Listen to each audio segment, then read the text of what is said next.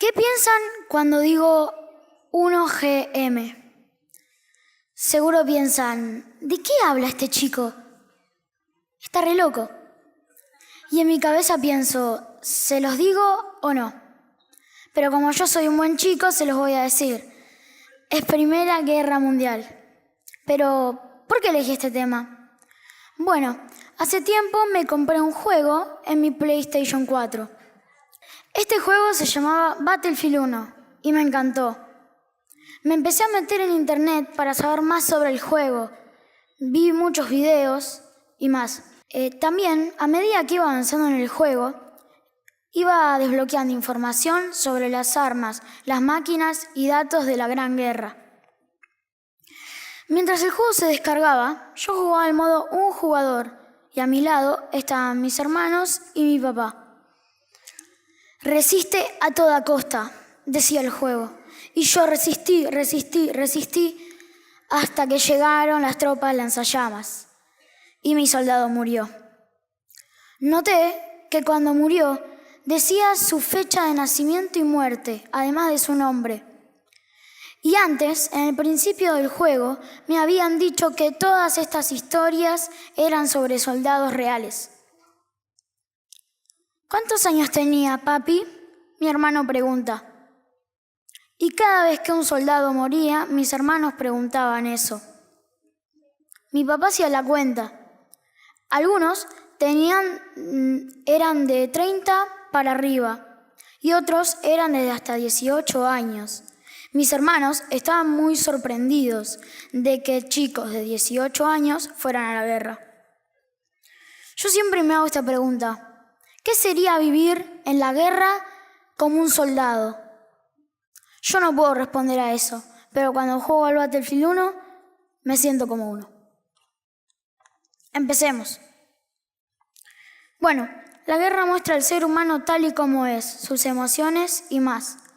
Muestran por un lado la valentía, el honor y la adrenalina, y por el otro el miedo, la tristeza,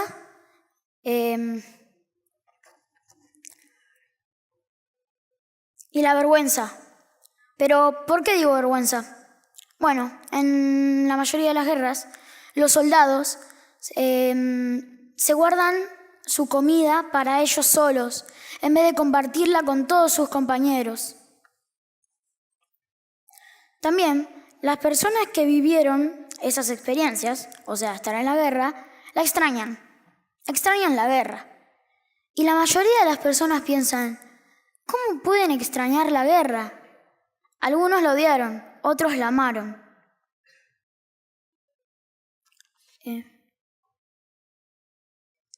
A la guerra fueron muchos jóvenes. En el caso de la Primera Guerra Mundial, los jóvenes creían que esta guerra iba a ser su rito de paso, su gran aventura, conocer lugares nuevos, divertirse con sus compañeros, pero déjenme serles sinceros, no fue nada de eso. Solo encontraron muerte, miedo y hambre.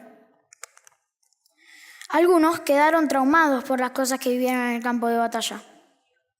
¿Y qué le pasó al mundo después de la Gran Guerra? Bueno, primero vinieron los felices años 20, que fue una recuperación de la Primera Guerra Mundial. Mucha diversión, muchos inventos, como el jazz o el charleston, un baile que causó furor en 1925. Pero esta década se caracterizó por una falsa sensación de que todo iba bien. Pero los problemas de la guerra no se habían terminado. Se terminó la diversión y empezó la Gran Depresión. En la Gran Depresión, la economía de muchos países estaba en la ruina. En 1929, toda la economía mundial parecía desplomarse. Millones de personas perdieron sus ahorros, trabajos y casas. Y después ya sabemos la historia. Asciende Hitler, la Segunda Guerra Mundial. Yo pienso que las cosas que hacemos en la guerra deberían repetirse en la vida cotidiana. Obviamente no estoy hablando de estar matándonos en la calle. Digo como ejemplo la solidaridad.